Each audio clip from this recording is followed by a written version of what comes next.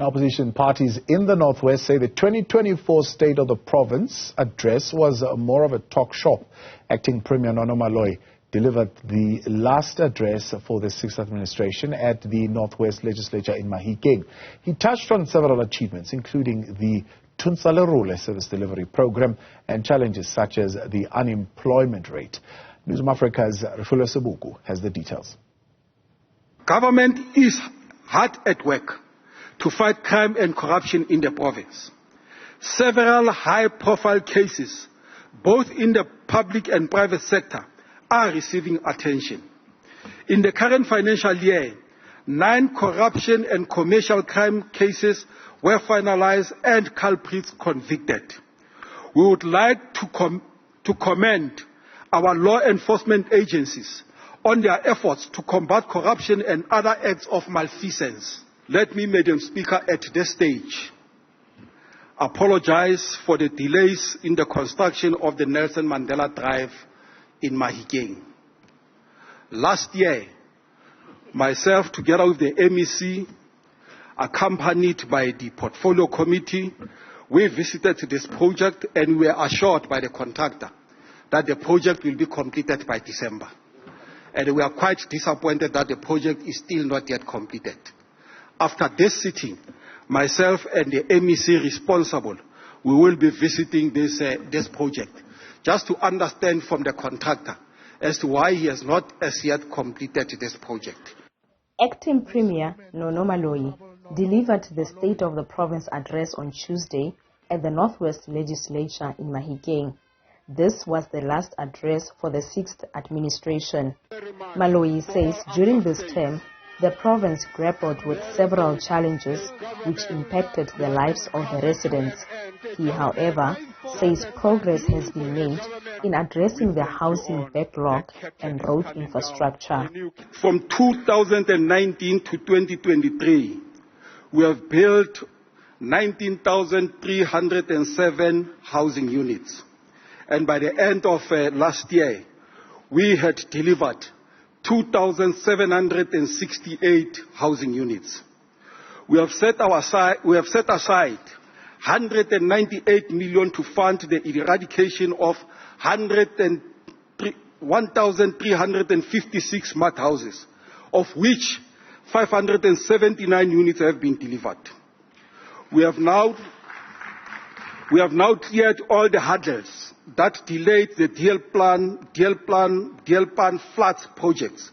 And today, we can report that 104 houses will be completed by end of next month. And it is us in this administration who took a conscious decision that in DL Plan we are not going to build temporary shelter, we are going to build houses. And we have achieved that.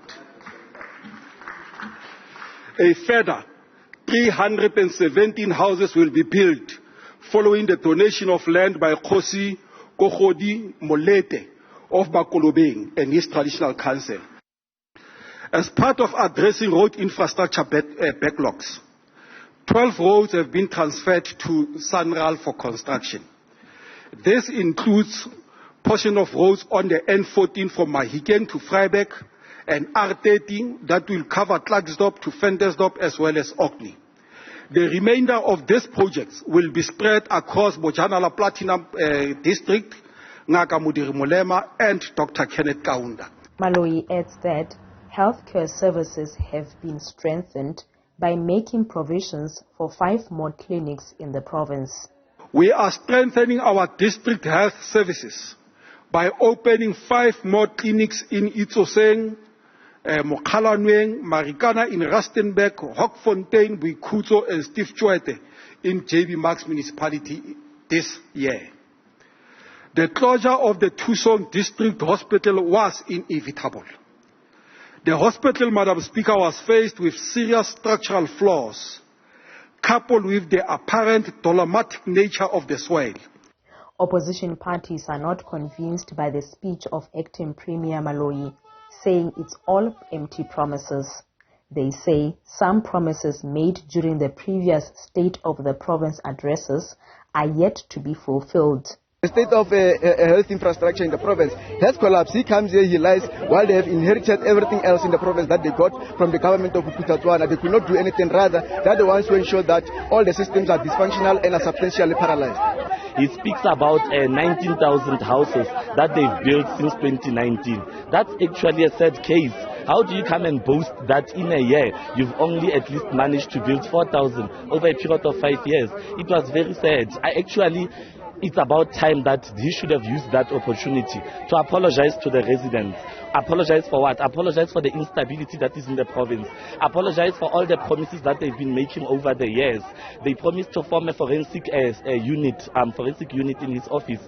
There was no mention of that. They promised to do a lifestyle audit on all of us, members of the legislature. 5 years down the line, that has never happened. The Freedom Front Plus also believes that none of the promises made will be implemented. It's what we expected. It was very vague. You can see it's election year coming. There was again houses promised. But people must realize it's going to take 4 or 5 years to build these houses. But now there's promises of houses on the eve of an election. It's ridiculous. If you look at the promises that was made last year, the state of province, none of those promises came to fruition. And now it was vague promises made again. So we are worried about this. For Newzroom Afrika on Channel 405, I'm Refiloe Seboko in Mahikeng in the Northwest.